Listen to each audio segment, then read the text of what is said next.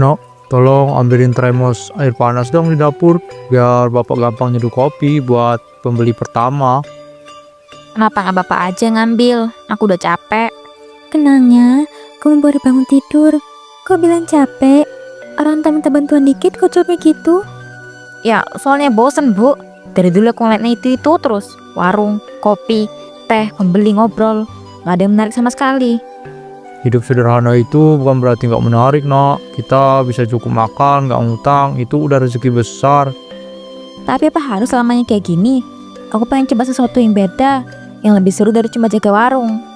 Tenang, dunia luar itu gak segampang yang kamu bayangin. Kamu harus bersyukur, apa yang ada di rumah.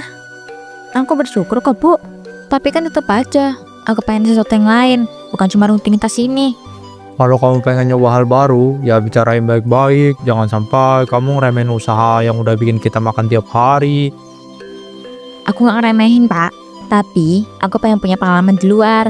Aku udah gede, masa disuruh jaga warung terus? Jangan sampai kamu salah pilih jalan ya. Banyak anak muda nyesel karena buru-buru pengen bebas. Bebas itu penting lah, Bu. Aku nggak mau terikat terus di rumah ini. Nggak punya cerita apa-apa. Cerita itu bisa kamu bikin dari hal kecil, dari nolong orang tua, dari interaksi sama pembeli, bukan cuma dari hal-hal yang kamu nggak anggap seru. Tapi aku lihat teman-teman aku pada seneng. Ada yang diajak jalan, ada yang dibeliin hadiah. Aku juga pengen kayak gitu.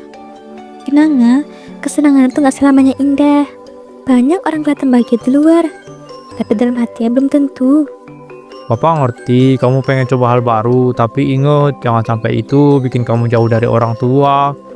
Aku janji kok, gak bakal lupa sama bapak sama ibu.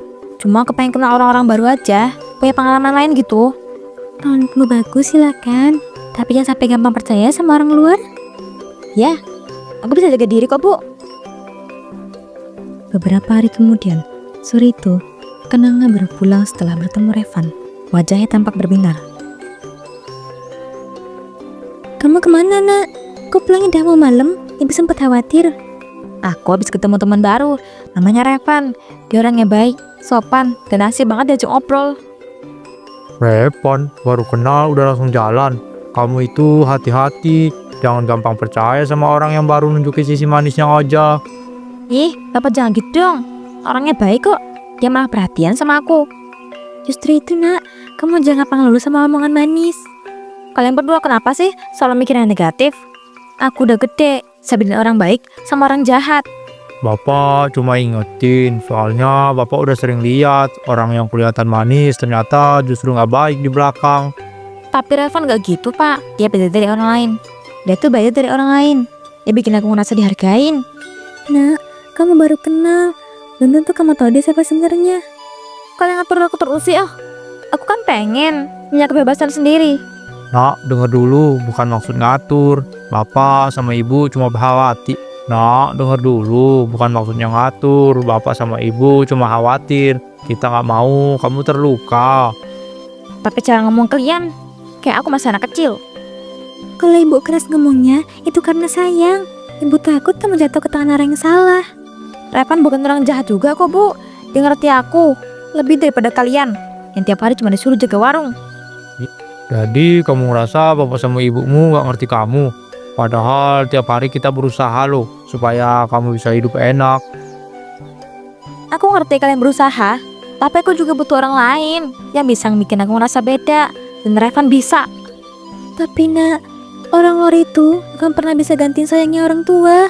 Kalau kamu salah pilih, nanti nyesel kamu. Kenapa sih kalian gak pernah percaya sama aku? Selalu jadi dianggap salah pilih. Itu karena orang tua udah ngalamin banyak hal, Nak. Bapak lebih tahu gimana cara orang manis ngomong. Bapak lebih tahu gimana cara orang manis ngomong, padahal hatinya nggak tulus. Bapak gak kenal Revan ya, jadi jangan ngecek dia gitu. Dia perhatian, dia sopan, dia beda. Kalau emang dia baik ya syukur. Tapi yang ditakutin itu kok dia gak baik. Kamu udah pernah ketipu sekali, jadi kami khawatir. Aku kecewa sama kalian. Aku kira kalian bisa dukung aku, tapi ternyata cuma mau ngatur hidup aku. Seminggu kemudian, malam itu, udara dasar terasa dingin. Bu Ratmi menunggu di depan rumah dengan cemas bersama Pak Darwan. Kenanga belum juga pulang. Pak, anak itu belum pulang juga. Udah hampir tengah malam ini. Aku jadi gak tenang.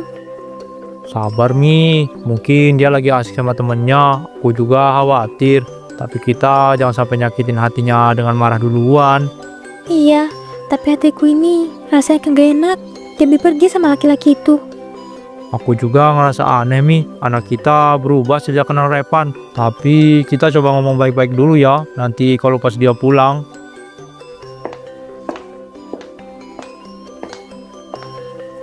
Ih, kenapa sih ditungguin kayak gini? Aku kan udah gede, udah jaga diri sendiri. Nak, dengar bapak dulu. Bapak tahu kamu pengen seneng-seneng, tapi jangan sampai kebablasan. Pulang terlalu malam itu nggak baik loh, apalagi kamu kan anak perempuan. Nak, ibu itu bukan mau ngawasin terus, tapi ibu khawatir. Kamu pulang malam gini, bikin orang tua gak bisa tidur. Jangan khawatir berlebihan lah, Bu. Aku kan gak ngapa-ngapain. Cuma nongkrong sama Revan sama teman-temannya. Karena kami sayang, makanya ngomong gini. Dunia di luar itu kadang kejam. Aduh, Pak, zaman udah beda. Bisa mikir kuno lagi gitu. Karena semua anak muda juga sering pulang malam. Tapi nak, bukan berarti semua orang lakuin harus kamu ikutin. Ibu cuma takut kamu ada apa-apa di jalan. Udah aku bilang aku bisa jaga diri. Jangan anggap aku soal lemah. Aku udah ngerti kok cara ngargain diri sendiri. Kalau cuma sekali dua kali, bapak nggak masalah nak. Tapi ini hampir tiap malam. Kamu pulangnya larut. Itu yang bikin orang tua kepikiran. Ya ampun, kalian tuh gak ngerti sama sekali anak muda. Selalu mikirin jelek. Kalau kalian gak mau kepikiran, ya udah jangan mikirin aku terus. Aku bisa kok atur diriku sendiri. Nak, gak mungkin orang tua berhenti mikirin anaknya. Kamu dari daging ibu. Tapi akunya ngerasa kayak dikekang, Bu. Aku capek. Udah nurut terus sama aturan kuno. Aku pengen bebas. Pertengkaran berakhir dengan kenangan masuk ke kamar sambil membanting pintu. Rev, aku benar-benar capek sama sikap orang tua aku. Mereka selalu ngatur aku. Seolah-olah aku ini gak punya otak sendiri. Udah sayang, nggak usah dipikirin. Emang orang tua kadang nggak ngerti dunia kita. Yang penting sekarang kamu punya aku. Iya, tapi mereka gak percaya sama aku. Mereka selalu bilang, aku harus hati sama kamu. Sekarang kan kamu orang jahat. Biarin aja, selama kamu sama aku, kamu nggak perlu takut apa-apa. Rasanya emang kamu cuma ngerti aku ya. Ya ampun, kamu nih ribut banget sih. Aku tadi nongkrong dulu sama teman-teman, masa iya nggak boleh?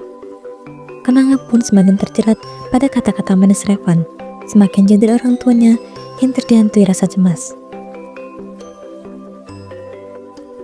Berapa minggu setelah Kenanga makin dekat dengan Revan, sifat asli pria itu pernah muncul di sebuah kafe kecil yang sepi. Kenanga menunggu Revan dengan cemas karena datang terlambat hampir 1 jam. Rev, kamu kemana aja? Aku udah nunggu lama banget di sini. Orang-orang ngeliatin aku lagi duduk sendirian. Malu apaan sih? Orang cuma duduk di kafe. Kamu tuh drama, bikin masalah dari hal kecil. Bukannya nggak boleh, tapi kamu kan janji jam 7 ketemu aku di sini. Sekarang udah hampir jam 8 lewat. Aku jadi malu. Kamu pikir aku nggak punya urusan lain? Aku capek loh harus nurutin semua maumu. Kalau kamu nggak kuat ya udah, mending kamu pulang aja sana. Kok kamu ngomong gitu, Rev? Aku datang karena kangen sama kamu. Tapi malah disambut kayak gini. Ya udah, jangan cengeng. Aku kan udah datang. Duduk manis, jangan bikin ribut ya. Kamu tuh harus belajar sabar. Aku laki-laki, punya banyak urusan, bukan kayak kamu yang kerjanya cuma bantuin warung. Aku emang coba bantu kerjaan di warung, tapi itu juga capek dan aku lakuin tiap hari. Udahlah, jangan ngelawan. Aku ngomong gini biar kamu ngerti posisi. Kalau kamu terus ngebantah, aku bisa kesel beneran loh. Aku nggak masuk ngebantah. Aku cuma pengen kamu ngerti perasaan aku juga. Ya udah deh, maaf kalau aku keras kepala barusan. Kamu tuh tahu kan kalau aku gampang kebawa suasana. Semua ini karena aku sayang banget sama kamu.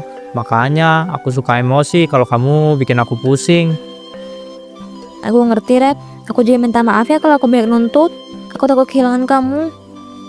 Nah gitu dong, jangan bikin aku kesel lagi. Kamu cukup nurut sama aku. Nanti aku juga bakal bahagiain kamu kok. Dan terus seperti itu, Kenanga terjebak di hubungan toksiknya tanpa bisa keluar. Malam itu, Kenanga pulang dengan hati campur aduk. Nah, kamu pulang malam lagi?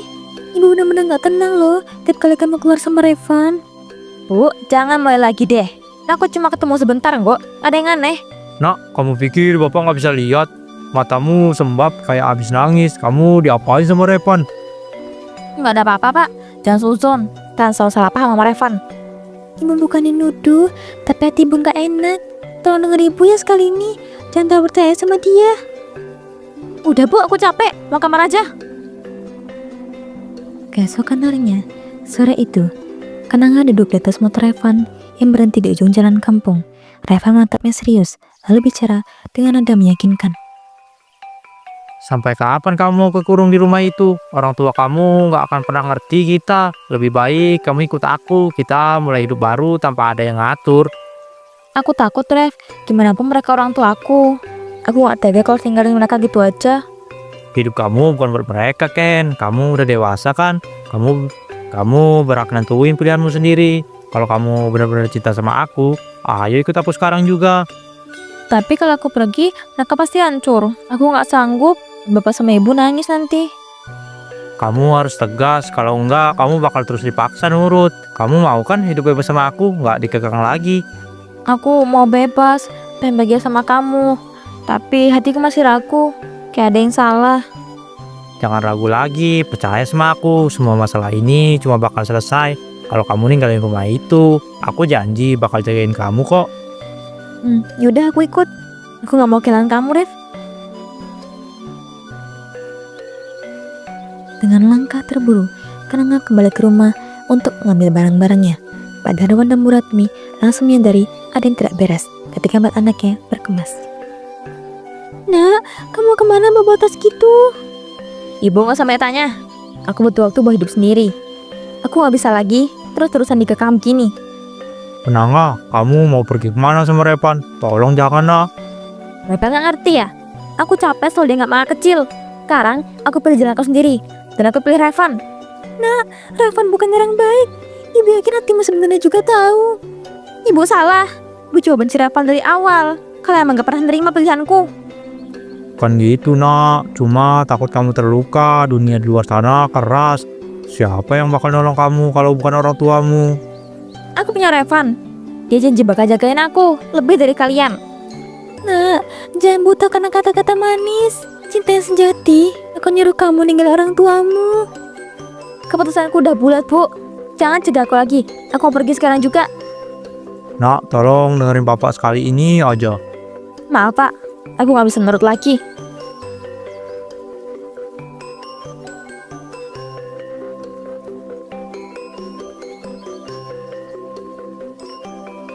Beberapa bulan kemudian, hidup bersama Revan ternyata neraka. Awalnya bagus, tapi lama-kelamaan ia dipaksa bekerja keras, sementara Revan hanya bermalas-malasan. Jika menolak, Kenanga akan dibukul dan diancam. Namun karena gengsi dan masih buta cinta, Kenanga tidak mau pulang. Revan, aku capek banget loh. Dari pagi sampai sore. Tapi kamu mah tiduran aja di sini. Lah, terus kenapa? Kan kamu yang dapat gaji. Buat apa kalau bukan buat kita berdua? Aku kerja banting tulang. Tapi kamu gak pernah usaha sedikit pun. Masa ya begini terus? Jangan banyak ngomong. Kalau aku disuruh kerja, nanti malah nggak sempet jagain kamu. Jagain aku apaan?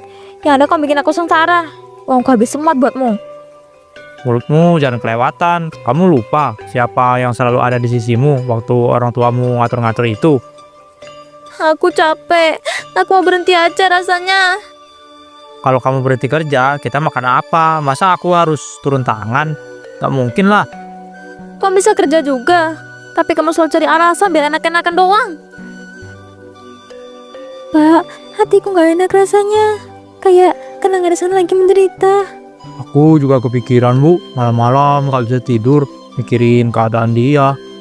Andai Kenanga mau dengerin kita, semua ini gak bakal kejadian. Aku nyesel kita gak lebih tegas waktu itu.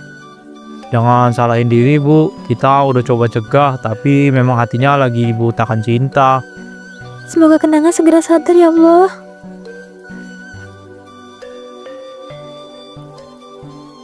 Setelah berbulan-bulan mencari kabar, akhirnya Pak Darwan dan Bu Ratmi mendengar dari tetangga kalau Kenanga tinggal di sebuah kontrakan bersama Revan. Dengan langkah berat mereka datang, berharap bisa membawa pulang anak mereka. Nak, akhirnya bapak sama ibu bisa ketemu kamu juga, nak. Ngapain kalian datang ke sini? Aku gak butuh kalian lagi.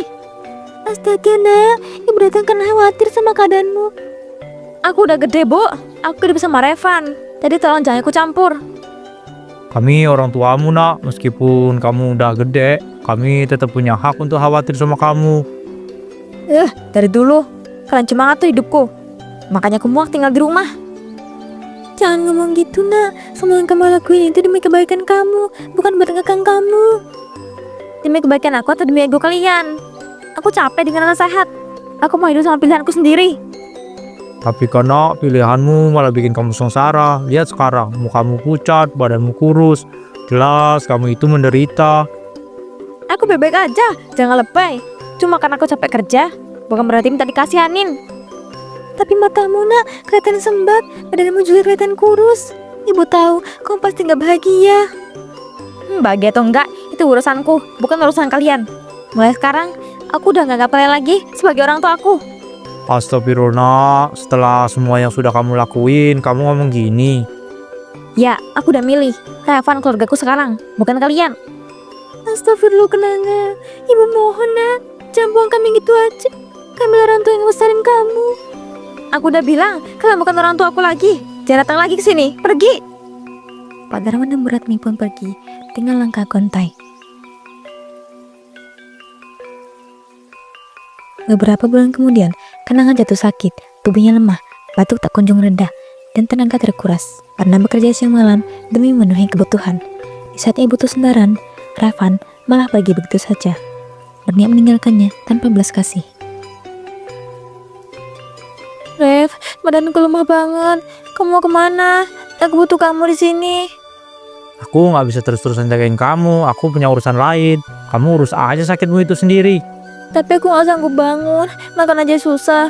Kamu tega ninggalin aku kayak gini. Aku capek kalau tiap hari cuma ngurusin kamu yang lemah. Aku mau cari senang di luar. Jadi selama ini, cintamu cuma sebatas itu. Pas aku sehat kamu manis, tapi begitu aku sakit, kamu buang. Jangan nyalahin aku, kamu yang terlalu manja dan bikin ribet. Aku nggak tahan lagi tinggal sama kamu. Revan keluar dengan wajah dingin, meninggalkan Kenanga terbaring sendirian. Air mata Kenanga jatuh. Ia menyesal namun terlambat.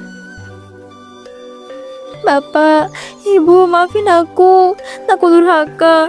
Aku percaya sama orang yang gak sayang sama aku. Andai aku bisa balik ke pelukan kalian. Tapi sekarang tubuhku lemah. Ya Allah, kalau masih ada waktu, tolong kuatkan aku. Gak minta ampun sama orang tuaku. Suara Kenanga tenggelam dalam keheningan kamar. Di dalam penyesalannya yang menyesakan dada, barulah ia sadar bahwa restu dan kasih sayang orang tuanya adalah harta paling berharga yang telah ia sia-siakan.